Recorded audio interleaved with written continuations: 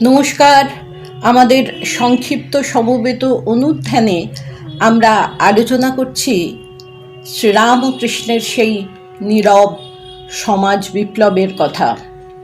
শ্রীরামকৃষ্ণ ইসলাম ধর্মের প্রতি যেমন আস্থা ও শ্রদ্ধা পোষণ করতেন, খ্রিস্ট ধর্মের প্রতিও সেই রকম আস্থা ও শ্রদ্ধা ছিল তার।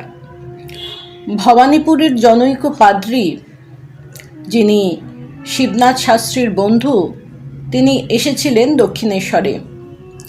একজন খ্রিস্ট ধর্ম প্রচারককে দেখে শ্রীরামকৃষ্ণ মস্তক আভূমি নত করেছিলেন, বলেছিলেন, মহাত্মা যিশুর চরণে আমার প্রণাম।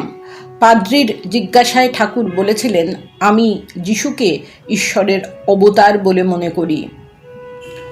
কথামৃতে আমরা পাই যে খ্রিস্টান সাধু প্রভুদয়াল মিশ্র জেনারেল অ্যাসেম্বলি কলেজের প্রিন্সিপাল রেভারেন্ড হেস্টি শ্রীরামকৃষ্ণের সমাধি দর্শন করেছিলেন।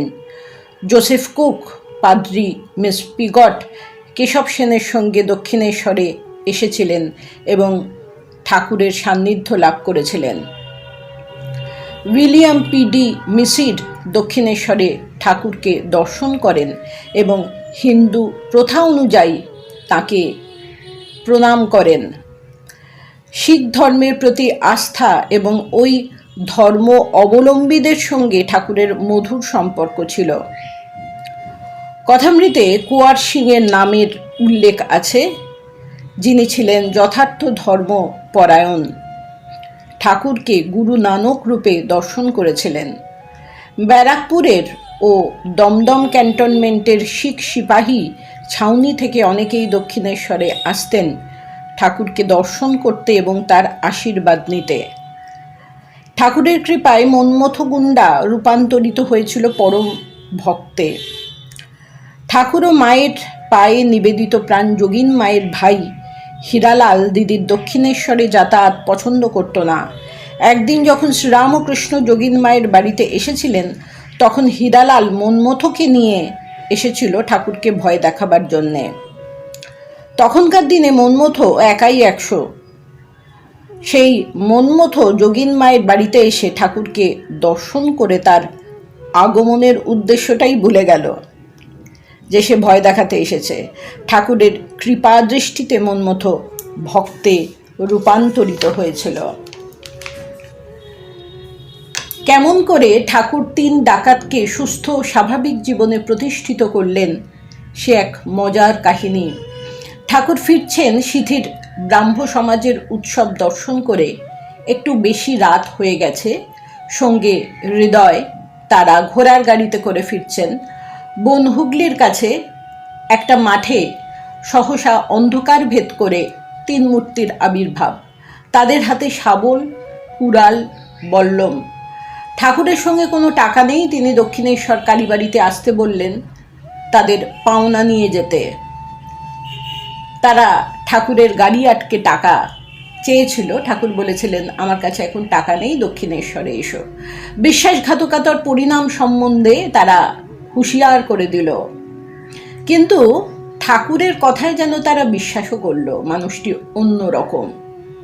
ঠাকুর বুদ্ধি দিলেন সং সেজে যেতে, তাদের যেন কেউ চিনতে না পারে।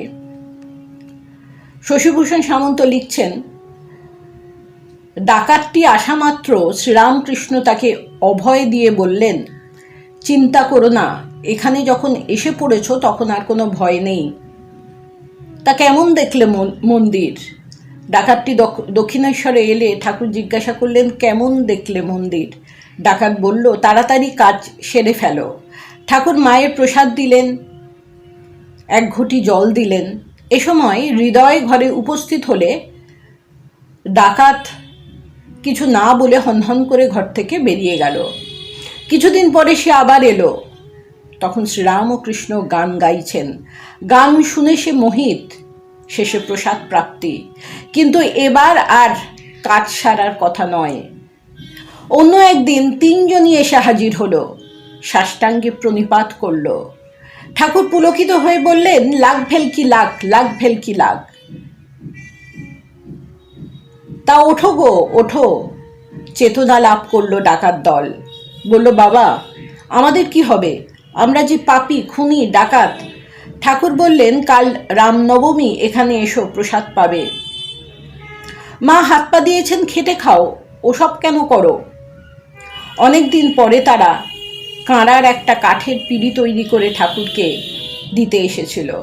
কাঠের কলে কাজ করে একজন ডাকাত নিজের হাতে সে তৈরি করেছে এটা।